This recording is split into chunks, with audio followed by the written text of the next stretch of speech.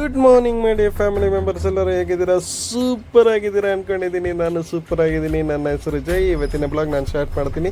So guys, ಎಲ್ಲರಿಗೂ ಸಾರಿ ಕೇಳ್ತಾ ಇದ್ದೀನಿ. ಯಾಕೆ ಸಾರಿ ಅಂತ ಅಂದ್ಕೊಂಡಿರ್ತೀರಲ್ಲ, ಆಲ್ರೆಡಿ 2-3 ದಿವಸದಿಂದ ವೀಡಿಯೋಸ್ಗಳು ಕರೆಕ್ಟಾಗಿ ಬರ್ತಾ ಇಲ್ಲ, ಪ್ರಾಪರಾಗಿ ಅಪ್ಲೋಡ್ ಆಗ್ತಾ ಇಲ್ಲ. ಯಾಕಂದರೆ ನನಗೆ ಅದು ಕ್ಷಮೆ ಕೇಳುತ್ತಾ ಇವತ್ತು. ಯಾಕೆಂದರೆ ಟೆಕ್ನಿಕಲ್ ಇಶ್ಯೂ ಇಂದ ಹೋಗಿರೋ ಕಡೆಯಲ್ಲಿ ನೆಟ್ವರ್ಕು ಅದು ಇದು ಪ್ರಾಬ್ಲಮ್ ಇರುತ್ತಲ್ಲ, ಸೊ ಅದರಿಂದ ಅಪ್ಲೋಡ್ ಮಾಡೋಕ್ಕಾಗ್ತಾ ಇದ್ದಿಲ್ಲ. ಸೊ ಗೈಸ್, ಅದಕ್ಕೆ ಒಂದು ಸಾರಿ ಕೇಳ್ತಾ ಇವತ್ತಿನ ಬ್ಲಾಗ್ ನಾನು ಸ್ಟಾರ್ಟ್ ಮಾಡ್ತೀನಿ. ಆಲ್ರೆಡಿ ಇವಾಗ ಏನು ನೋಡ್ತಾ ಇದ್ದೀರಲ್ಲ, ಇದು Madikeri KSRTC bus stop. So ಇಲ್ಲಿಂದ ಇಲ್ಲಿಗೆ ಜರ್ನಿ ಹೋಗ್ತಾ ಇದ್ದೀನಿ ಅನ್ನೋದು ಆಲ್ರೆಡಿ ನೀವೆಲ್ಲ ಟೈಟಲಲ್ಲಿ ನೋಡಿರ್ತೀರ. ಅದಕ್ಕಿಂತ ಮುಂಚೆ ನಾನು ಇನ್ನೊಂದು ಮಾತು ಹೇಳೋಕ್ಕೆ ಇಷ್ಟಪಡ್ತೀನಿ. ನಾನು ಇವತ್ತು ಎಲ್ಲಿ ಹೋಗ್ತಾ ಇದ್ದೀನಿ ಆ ಜಾಗನ ಆಲ್ರೆಡಿ ನಾನು ಕವರ್ ಮಾಡಿದ್ದೀನಿ ಮುಂಚೆನೂ, ಆದರೆ ಅವತ್ತು ಅಷ್ಟೊಂದೆಲ್ಲ ಕವರ್ ಮಾಡೋಕ್ಕಾಗಿದ್ದಿಲ್ಲ. ಸೊ ಅದನ್ನು ಯಾವುದೇ ಮಿಸ್ ಮಾಡಿದ್ನೋ ಆ ಜಾಗಗಳನ್ನೆಲ್ಲ ಕವರ್ ಮಾಡ್ಕೊಂಡು ಇವತ್ತಿನ ವೀಡಿಯೋ ನಾನು ಇನ್ನೂ ಹೆಚ್ಚಿಗೆ ಮಾಡ್ಕೊಂಡು ಬಂದಿದ್ದೀನಿ. ಸೊ ಅದೇ ಥರ ನಾನು ಕರ್ನಾಟಕ ಸಂಗಮ ಸೀರೀಸ್ನ ಎಲ್ಲರೂ ಇಷ್ಟಪಡ್ತಾ ಇದ್ದೀರಾ, ಇನ್ನೂ ಹೆಚ್ಚಿಗೆ ಇಷ್ಟಪಡಿ. ಸೊ ಸಪೋರ್ಟ್ ಮಾಡ್ತಾ ಇರಿ. ಅದೇ ಥರ ವೀಡಿಯೋಸ್ಗಳು ಇನ್ನೇನಾದ್ರು ಮಾಡೋಂಗಿದ್ರೆ ಅಡಿಷ್ನಲ್ ಆಗಿ ಆ್ಯಡ್ ಆನ್ ಅಂತಾರೆ. ಯಾರು ಮೀನ್ಸ್ ನಾನು ಮಂಗಳೂರಲ್ಲಿ ಇದ್ದೀನಲ್ಲ, ಮಂಗಳೂರಿಂದ ಕಾರವಾರ ಹೋಗ್ತೀನಿ ಅಂದ್ಕೊಳ್ಳಿ. ಕಾರವಾರದಲ್ಲಿ ಅಕ್ಕಪಕ್ಕದಲ್ಲಿ ಯಾವ್ದಾದ್ರು ದೇವಸ್ಥಾನ ಇದ್ರೇನು ನೀವು ಕಮೆಂಟ್ ಮೂಲಕ ನನಗೆ ಹೇಳ್ಬೋದು. ಆದಷ್ಟು ಬೇಗ ನಾನು ಪ್ರಯತ್ನ ಮಾಡಿಬಿಟ್ಟು ನಿಮ್ಮ ಮುಂದಕ್ಕೆ ಆ ವಿಡಿಯೋನ ತೋರಿಸ್ತೀನಿ. ಸೊ ಗಾಯ್ಸ್, ಬನ್ನಿ ಇವತ್ತಿನ ಜರ್ನಿ ಬಗ್ಗೆ ಮಾತಾಡೋಣ. ಇವತ್ತು ನಾನು ಹೋಗ್ತಾ ಇರೋದು ಎಲ್ಲಿಗೆ ಅನ್ನೋದು ಆಲ್ರೆಡಿ ಟೈಟಲನ್ನು ನೋಡಿರ್ತೀರ.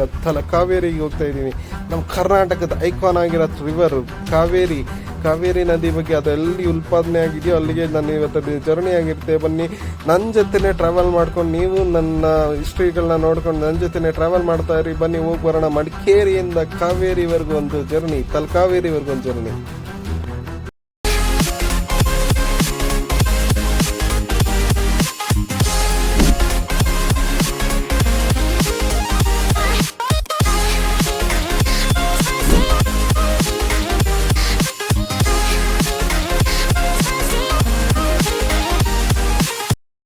ತಲಕಾವೇರಿ ಕಥೆ ಕನ್ನಡದಲ್ಲಿ. ತಲಕಾವೇರಿ ಕರ್ನಾಟಕದ ಕೊಡಗು ಜಿಲ್ಲೆಯಲ್ಲಿ ಇರುವ ಪವಿತ್ರ ಸ್ಥಳವಾಗಿದೆ. ಇದು ದಕ್ಷಿಣ ಭಾರತದ ಮಹತ್ವದ ನದಿಯಾಗಿರುವ ಕಾವೇರಿ ನದಿಯ ಮೂಲ ಸ್ಥಳವೆಂದು ಪರಿಗಣಿಸಲಾಗುತ್ತದೆ. ಸಮುದ್ರ ಮಟ್ಟದಿಂದ ಸುಮಾರು 276 ಮೀಟರ್ ಎತ್ತರದಲ್ಲಿರುವ ಈ ಸ್ಥಳವನ್ನು ಹಲವರು ತೀರ್ಥಕ್ಷೇತ್ರವನ್ನಾಗಿ ಭಕ್ತಿಯಿಂದ ಭೇಟಿ ನೀಡುತ್ತಾರೆ. ಪೌರಾಣಿಕ ಕಥೆ. ಪುರಾಣಗಳ ಪ್ರಕಾರ ಮಹರ್ಷಿ ಅಗಸ್ತ್ಯರು ದೇವತೆಗಳ ಆಶೀರ್ವಾದದಿಂದ ಪವಿತ್ರ ನದಿಯು ಭೂಮಿಯಲ್ಲಿ ಹರಿಯಬೇಕೆಂದು ಪ್ರಾರ್ಥಿಸುತ್ತಿದ್ದರು. ಆಗ ಬ್ರಹ್ಮದೇವರು ತಮ್ಮ ಕಮಂಡಲುವಿನಲ್ಲಿ ಕಾವೇರಿ ತೀರ್ಥವನ್ನು ತುಂಬಿ ಅದನ್ನು ಮಹರ್ಷಿ ಅಗಸ್ತ್ಯರಿಗೆ ನೀಡಿದ್ದಾರೆ. ಮಹರ್ಷಿ ಅವರು ಆ ತೀರ್ಥವನ್ನು ತಲಕಾವೇರಿಯಲ್ಲಿ ಸುರಕ್ಷಿತವಾಗಿ ಇಟ್ಟಿದ್ದರು. ಆ ಸಮಯದಲ್ಲಿ ಲೋಕಪಾಲರಾದ ಗಣೇಶನು ಭಕ್ತರಿಗಾಗಿ ಕಾವೇರಿ ನದಿಯನ್ನು ಭೂಮಿಯಲ್ಲಿ ಹರಿಯಿಸಬೇಕೆಂದು ನಿಶ್ಚಯಿಸಿ ಅಗಸ್ತ್ಯರು ಧ್ಯಾನದಲ್ಲಿದ್ದಾಗ ಅವರ ಕಮಂಡಲುವನ್ನು ಕೆಳಕ್ಕೆ ಬಿಸಾಡಿದ. ಆಗಲೇ ಆ ತೀರ್ಥ ಭೂಮಿಗೆ ಹರಿದು ಬಂದು ಕಾವೇರಿ ನದಿಯಾಗಿ ಪರಿವರ್ತನೆಗೊಂಡಿತು. ಈ ನದಿಗೆ ಪವಿತ್ರತೆ ಇದ್ದ ಕಾರಣ ಜನರು ಅದನ್ನು ಮಾತೃರೂಪದ ದೇವಿ ಎಂದೇ ಭಾವಿಸುತ್ತಾರೆ. ಕೆಲವರು ಕಾವೇರಿಯನ್ನು ಪತ್ನಿಯಂತೆ ಶಾಪಿತಲಾಗಿ ತೀರ್ಥ ರೂಪದಲ್ಲಿ ಹರಿದ ದೇವತೆ ಎಂದು ಕೂಡ ವಿವರಿಸುತ್ತಾರೆ. ವಿಶೇಷತೆ. ಪ್ರತಿ ವರ್ಷ ತುಲಾ ಸಂಕ್ರಮಣದಂದು ಅಕ್ಟೋಬರ್ ತಿಂಗಳಲ್ಲಿ ತಲಕಾವೇರಿಯಲ್ಲಿ ವಿಶೇಷ ಪುಣ್ಯ ಕಾಲದ ಆಚರಣೆ ನಡೆಯುತ್ತದೆ. ಈ ಸಂದರ್ಭದಲ್ಲಿ ಮೂಲ ಕುಂಡದಿಂದ ಸ್ವತಃ ತೀರ್ಥ ಹೊರಹರಿಯುವುದು ದರ್ಶನಕ್ಕೆ ಲಭ್ಯವಾಗುತ್ತದೆ. ಇದನ್ನು ಅಗ್ನಿ ಪುಷ್ಕರಿಣಿ ಅಥವಾ ತೀರ್ಥೋದ್ಭವ ಎಂದು ಕರೆಯುತ್ತಾರೆ. ತಲಕಾವೇರಿ ಪವಿತ್ರ ಕಾವೇರಿ ನದಿಯ ಜನ್ಮಸ್ಥಳ. ತಲಕಾವೇರಿ ಕೊಡಗು ಜಿಲ್ಲೆಯ ಬ್ರಹ್ಮಗಿರಿ ಬೆಟ್ಟದ ಮೆಟ್ಟಿಲಿನಲ್ಲಿ 276 ಮೀ ಎತ್ತರದಲ್ಲಿ ಸ್ಥಿತವಾಗಿದೆ. ಇದು ನಾಡಿನಲ್ಲಿಯೇ ಅಲ್ಲ, ಭಾರತದಲ್ಲಿ ಬಹುಮಾನ್ಯವಾದ ನದಿಗಳಲ್ಲೊಂದು. ಕಾವೇರಿ ನದಿಯ ಉಗಮಸ್ಥಾನ. ಪುರಾಣ ಕಥೆಗಳು. 1. ಮಹರ್ಷಿ ಅಗಸ್ತ್ಯ ಮತ್ತು ಕಾವೇರಿ ದೇವಿ. ಇತ್ತೀಚೆಗಿನ ಪೌರಾಣಿಕ ಕಥೆಯ ಪ್ರಕಾರ ಮಹರ್ಷಿ ಅಗಸ್ತ್ಯನು ತಪಸ್ಸಿನಲ್ಲಿ ತೊಡಗಿದ್ದಾಗ ದೇವತೆಗಳು ಅವರಿಗೆ ಕಾವೇರಿ ತೀರ್ಥವನ್ನು ನೀಡಿದರು. ಅವರು ಆ ತೀರ್ಥವನ್ನು ತಮ್ಮ ಕಮಂಡಲುವಿನಲ್ಲಿ ಇಟ್ಟು ತಪಸ್ಸಿಗೆ ಮುಳುಗಿದರು. ಆ ಸಮಯದಲ್ಲಿ ಭೂಮಿಗೆ ಗಂಗೆಯಂತಹ ಮತ್ತೊಂದು ಪವಿತ್ರ ನದಿಯ ಅಗತ್ಯವಿದೆ ಎಂಬುದು ದೇವತೆಗಳ ಆಶಯವಾಗಿತ್ತು. ಆಗ ಗಣೇಶನು ವಿನಾಯಕ ತಂತ್ರವಾಗಿ ಅಗಸ್ತ್ಯನ ಕಮಂಡಲುವನ್ನು ಕೆಳಗೆ ಬಿದ್ದಂತೆ ಮಾಡುತ್ತಾನೆ. ಕಮಂಡಲುವಿನಿಂದ ನೀರು ಹೊರಹರಿದು ಕಾವೇರಿ ನದಿಯಾಗಿ ಹರಿಯತೊಡಗುತ್ತದೆ. ಇದೇ ತಲಕಾವೇರಿಯ ಉಗಮ ಕಥೆ. 2. ಕಾವೇರಿ ದೇವಿಯ ಶಾಪದ ಕಥೆ. ಮತ್ತೊಂದು ಪೌರಾಣಿಕ ಕಥೆಯ ಪ್ರಕಾರ ಕಾವೇರಿ ದೇವಿಯಾಗಿ ವಿಷ್ಣುಮೂರ್ತಿಯ ಅವತಾರ ಮತ್ತು ಮಹರ್ಷಿ ಅಗಸ್ತ್ಯರ ಪತ್ನಿಯಾಗಿದ್ದಳು. ಕೆಲ ಕಾರಣಗಳಿಂದ ಶಾಪಗ್ರಸ್ತಳಾಗಿ ಕಾವೇರಿ ನದಿಯಾಗಿ ಭೂಮಿಯಲ್ಲಿ ಹರಿಯಬೇಕಾಯಿತು. ಈ ನದಿಯನ್ನು ದೇವತಾ ಮಿತ್ರ ನದಿಯಾಗಿ ವರ್ಣಿಸಲಾಗಿದೆ. ಶುದ್ಧತೆ, ಪ್ರೀತಿ ಮತ್ತು ಶಕ್ತಿವಾಗಿದೆ. ಧಾರ್ಮಿಕ ಮಹತ್ವ. ತಲಕಾವೇರಿ ಒಂದು ತೀರ್ಥಕ್ಷೇತ್ರ. ಇಲ್ಲಿಯ ಮೂಲಕುಂಡ ಅಥವಾ ಕಾವೇರಿ ಕುಂಡದಲ್ಲಿ ನೀರು ಯಾವಾಗಲೂ ಕಾಣಿಸುವುದಿಲ್ಲ. ಆದರೆ ತುಲಾ ಸಂಕ್ರಮಣದ ದಿನ ಅಕ್ಟೋಬರ್ 17 ವ್ಯವಕಲನ 18 ಚುಟುಕು ಪವಿತ್ರ ತೀರ್ಥವು ಕುಂಡದಿಂದ ತಾನಾಗಿಯೇ ಹೊರಬರುತ್ತದೆ. ಇದನ್ನು ತೀರ್ಥೋದ್ಭವ ಎನ್ನುತ್ತಾರೆ. ಈ ತೀರ್ಥೋದ್ಭವ ಸಮಯದಲ್ಲಿ ಸಾವಿರಾರು ಭಕ್ತರು ತಲಕಾವೇರಿಗೆ ಭೇಟಿ ನೀಡಿ ಪುಣ್ಯ ಸ್ನಾನ ಮಾಡುತ್ತಾರೆ.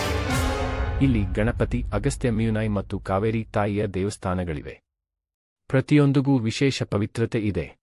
ಪ್ರಕೃತಿ ಸೌಂದರ್ಯ ಮತ್ತು ಭಕ್ತಿಯ ಸಮ್ಮಿಲನ. ತಲಕಾವೇರಿ ಕೇವಲ ಧಾರ್ಮಿಕ ತಾಣವಲ್ಲ, ಇದು ಕೊಡಗು ಬೆಟ್ಟಗಳ ನಡುವೆ ಮನಮೆಚ್ಚಿಸುವ ಪ್ರಕೃತಿ ದರ್ಶನೀಯ ಸ್ಥಳವೂ ಹೌದು. ಮಂಜು ಮುಸುಕಿದ ಬೆಟ್ಟಗಳು, ನದಿಯ ಮೂಲದ ಶಾಂತಿ ಹಾಗೂ ಪ್ರತಿ ನಾಡಿನ ಜನರ ಭಕ್ತಿಯಿಂದ ತಲಕಾವೇರಿ ಆಧ್ಯಾತ್ಮಿಕ ಹಾಗೂ ಸಾಂಸ್ಕೃತಿಕ ಸಂಕೇತವಾಗಿದೆ.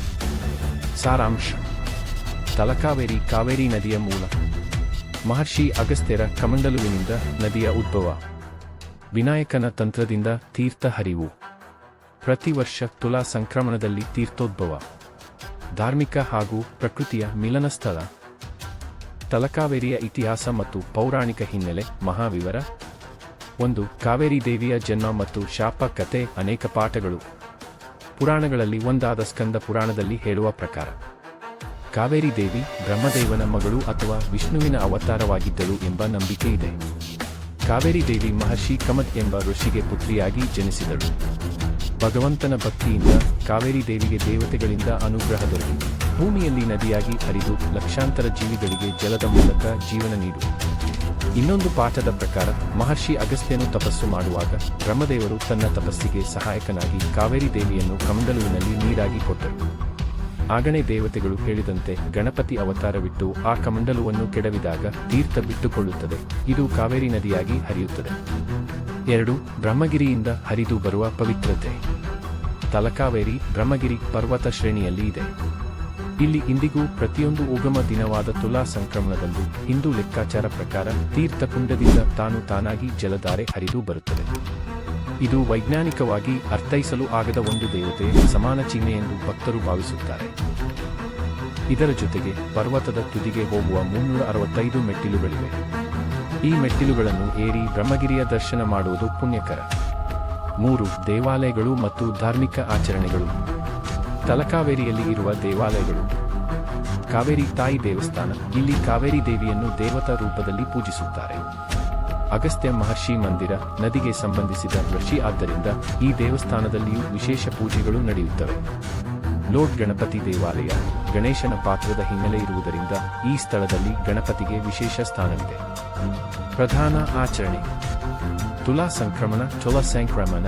ಈ ದಿನ ಕಾವೇರಿ ತೀರ್ಥೋದ್ಭವವಾಗುತ್ತದೆ. ಸಾವಿರಾರು ಭಕ್ತರು ಮೂಲಕುಂಡದಲ್ಲಿ ಸ್ನಾನ ಮಾಡಿ ದೇವಸ್ಥಾನದಲ್ಲಿ ಅರ್ಚನೆ ಮಾಡುತ್ತಾರೆ. ಇಲ್ಲಿನ ವಾತಾವರಣ ಆಧ್ಯಾತ್ಮಿಕ ಶಕ್ತಿಯಿಂದ ತುಂಬಿರುತ್ತದೆ. 4. ಸ್ಥಳೀಯ ನಂಬಿಕೆಗಳು ಮತ್ತು ಸಾಂಸ್ಕೃತಿಕ ಆಚರಣೆಗಳು. ಕೊಡವ ಸಮುದಾಯ. ಕೊಡಗು ಜನರು ಕಾವೇರಿ ತಾಯಿಯನ್ನು ಕಾವೇರಮ್ಮ ಅಥವಾ ಮೂಲನಾಡದ ತಾಯಿಗೆ ಎಂದು ಪೂಜಿಸುತ್ತಾರೆ.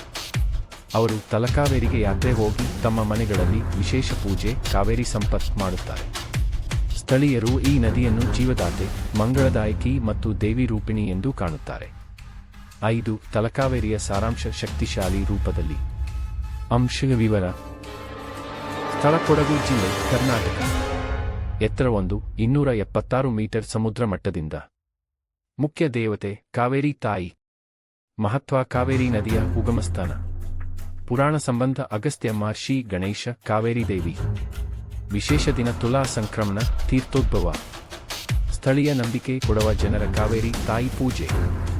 ನನ್ನ ವಿಡಿಯೋ ನೋಡಿದ್ದಕ್ಕಾಗಿ ತುಂಬಾ ಧನ್ಯವಾದಗಳು. ದಯವಿಟ್ಟು ನನ್ನ ಚಾನಲ್ಗೆ ಚಂದಾದಾರರಾಗಿ ಮತ್ತು ದಯವಿಟ್ಟು ನನ್ನ ಚಾನಲ್ಗೆ ಬೆಂಬಲ ನೀಡಿ. ನನ್ನ ಚಾನಲ್ ಹೆಸರು ಲೈಫ್ ಮೇಕ್ ಚೇಂಜರ್ ಮತ್ತು ನನ್ನ ಹೆಸರು ಜೆ. ಅವರು ಕಾಮೆಂಟ್ ಮೂಲಕ ನನ್ನನ್ನು ಕೇಳಬಹುದಾದ ಯಾವುದೇ ಪ್ರಶ್ನೆಗಳಿದ್ದರೆ ಧನ್ಯವಾದಗಳು.